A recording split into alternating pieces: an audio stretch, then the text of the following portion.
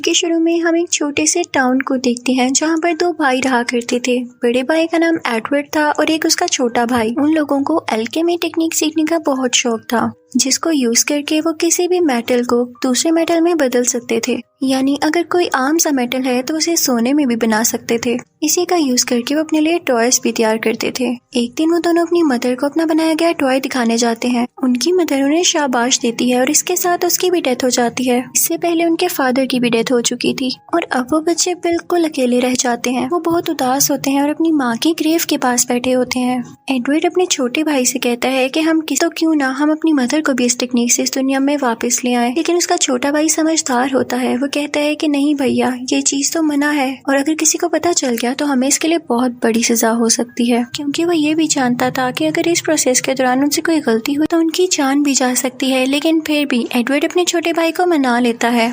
वो लाइब्रेरी जाते हैं और इस टेक्निक पर कुछ बुक्स ढूंढने लगते हैं और फिर वो सारे मिनरल्स इकट्ठे कर लेते हैं जिनसे इंसानी जिस्म बना है, ह्यूमन बॉडी बनी है। वो एक व्हाइट कलर का सर्कल ड्रॉ करते हैं और उसके अंदर एक बर्तन रख के वो सारे मिनरल्स उसमें मिक्स करने लगते हैं। अब फाइनल प्रोसेसिंग के लिए इनको एक सोल चाहिए थी, तो ये दोनों भाई उसमें अपने अपने खून का एक ड्रॉप डाल देते हैं। अब उसके बाद अचानक से वो सामान आपस में मिक्स होने लगता है। उस बर्तन में कोई तूफान मच जाता है। उसमें से अजीब सी एनर्जी निकलती है जो कि हर चीज तबाह करने लगती है और उनका घर इस वजह से टूटने लगता है। इस तूफान में एडवर्ड का छोटा भाई भी खींचा चला जाता है। वो उसे बचाने की बहुत कोशिश करता है, लेकिन वो तो किसी दूसरी दुनिया में जा चुका था। यानी इनसे कोई गलती हो गई थी जिसकी वजह से एडवर्ड के छोटे भाई की जान की कुर्बानी देनी पड़ी उसे। वो उस दुनिया में पहुंच चुका था जहाँ पर गॉड रहा करते थे। अब एडवर्ड जब बड़ा होता है तो उसे सोच आती है कि मुझे अपनी भाई की तलाश में जाना चाहिए, उसे ढूंढना चाहिए। तो वो उसी दुनिया में जाने की तैयारी करता है और गॉड से कहता है कि ऐसी क्या गलती हुई मुझसे कि मैं अपनी माँ को ठीक से बना नहीं सका, मुझे एक बार अपनी माँ को देखना है। तो गॉड उसे एक ऐसे दरवाजे के अंदर भेज देता है जहाँ पर उसे अपनी माँ के सोल की एक झलक दिखाई देती है। एडवर्ड उसे ठीक से नहीं देख पाता और उसे बाहर निकाल दिया जाता है।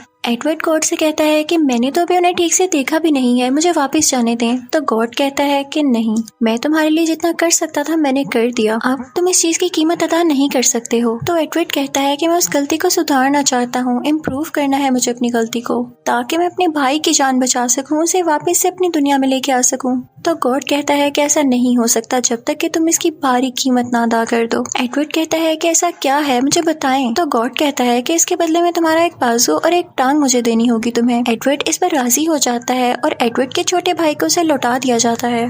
लेकिन रियलिटी तो ये थी कि इस दुनिया में एडवर्ड के छोटे भाई की सिर्फ सोल आ सकी थी और इसके बदले में एडवर्ड का एक टांग और एक बाजू भी जा चुकी थी। जब वो अपने भाई को कहीं आसपास नहीं देख पाता तो उसे बहुत दुख होता है और उसे पेन भी हो रही थी अपनी टांग और बाजू में। वो एक आर्मर लाता है, यानी कि शील्ड सूट, और उसमें अपने भाई की सोल को डाल देता है। वो अपने भाई से कहता है कि कुछ भी हो जाए मैं तुम्हारी बॉडी वापस लाऊंगा, तुम परेशान मत होना। और फिर वो एक बहुत बड़ी लाइब्रेरी में अल्केमिस्ट बन जाता है ताकि वो बुक्स पर रिसर्च कर सके और अपनी भी बुक लिख सके अल्केमी टेक्निक पर। तब उसे पता चलता है कि वो अपने भाई की बॉडी एक सूरत में ला सकता है जबकि उसे एक स्टोन मिल जाए। वो इस स्टोन पर अब रिसर्च करने लगता है तो उसे पता चलता है कि यहाँ के एक प्रीस्ट के पास है वो पत्थर। वो लाइब्रेरी से अपनी जॉब छोड़ देता है और उस प्रीस्ट से वो पत्थर लेने जाता है, लेकिन वो प्रीस्ट उसे पत्थर नहीं देता बल्कि उस पर मुश्किलें डालता है, उसे मारने की कोशिश करता है क्योंकि वो पत्थर था ही इतना प्रेशियस। वो प्रीस्ट इससे बहुत लड़ता है और हर जगह तबाह कर रहा था, वहाँ के लोगों को मारने की धमकी दे रहा था। लेकिन तभी एडवर्ड पत्थर से बहुत बड़ा जाइंट बनाता है उस प्रीस्ट को मारने के लिए।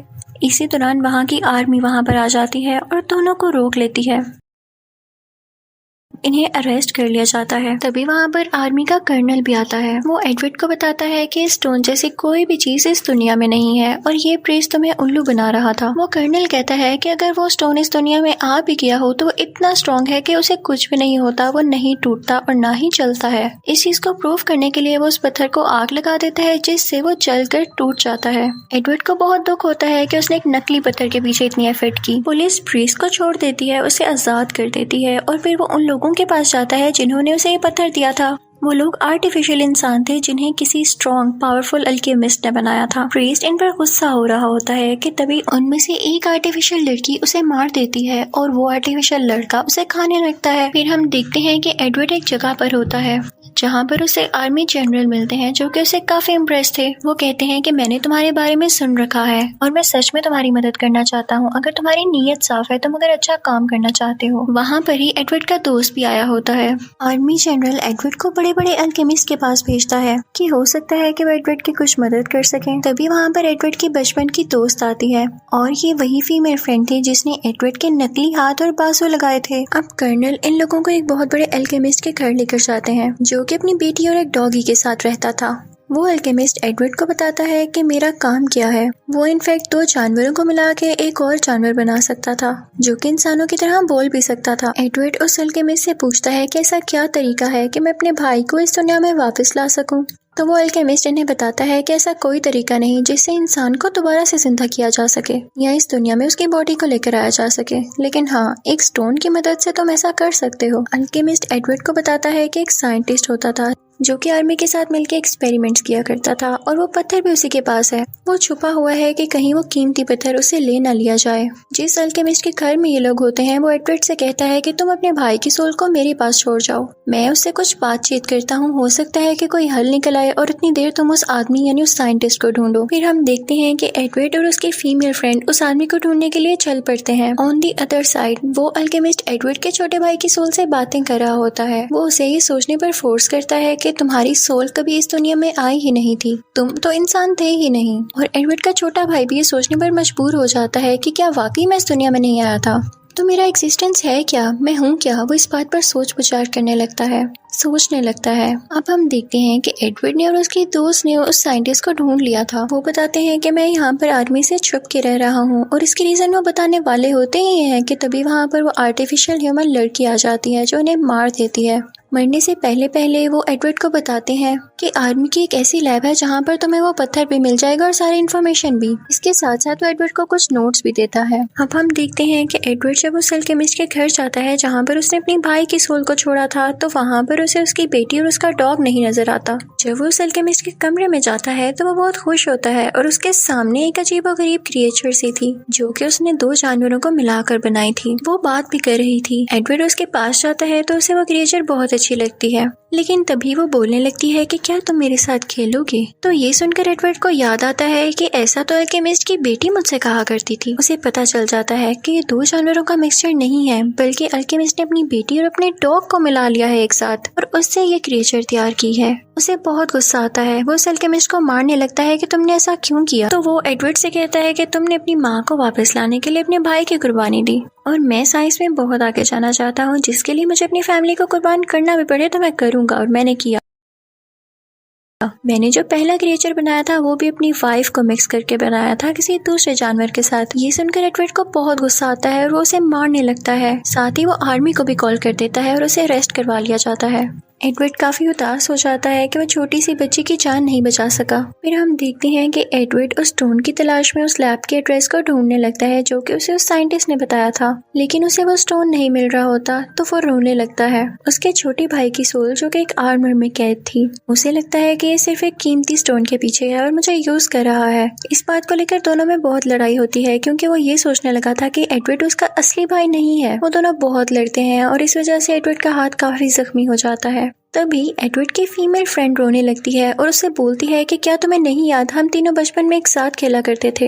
वो उसे उसका पास्ट याद दिलाने लगती है और कहती है कि इसका मकसद सिर्फ तुम्हें इस दुनिया में वापस लाना है। ये तुमसे बहुत बहुत प्यार करता है, तुम क्यों नहीं समझते हो। तुम्हारे दिमाग में किसी ने नेगेटिव चीज भर दी है, तुम सोचने की कोशिश तो करो क्योंकि तुम एक इंसान हो। एडवर्ड के भाई को आहिस्ता आहिस्ता सब याद आने लगता है और वो अपने बड़े भाई से माफी मांगता है। एडवर्ड अब हर लाइब्रेरी में जाता है ताकि उस लैब के बारे में पता लगा सके, लेकिन उसे उसके बारे में कोई इन्फॉर्मेशन भी नहीं मिलती। वो दिन रात एक कर देता है, लेकिन आखिरकार वो थक जाता है। तभी वहाँ पर कर्नल आते हैं और उसे कहते हैं कि मैं तुम्हारी मदद करता हूँ। वो उसे बताता है कि ये कोई लैब नहीं बल्कि जेल थी जहाँ पर इंसानों को कैद रखा गया था, और वो बताता है कि इसकी लोकेशन कहाँ पर है। लेकिन उसके कुछ बोलने से पहले ही वो आर्टिफिशियल लड़की वहाँ पर आ जाती है जो उस पर अटैक करने लगती है, लेकिन कर्नल अपनी जान रिस्क पर रखते हुए उसे ही मार देते हैं और वहाँ से चले जाते हैं। वो बाहर किसी को एक कॉल करने जाता है, लेकिन तभी वहाँ पर वो कर्नल भी आ जाता है जिसने शुरू में एडवर्ड से कुछ बात की थी। वो उसको शूट कर देता है। उसके मर्डर के इल्जाम में एडवर्ड को भी अरेस्ट कर लिया जाता है।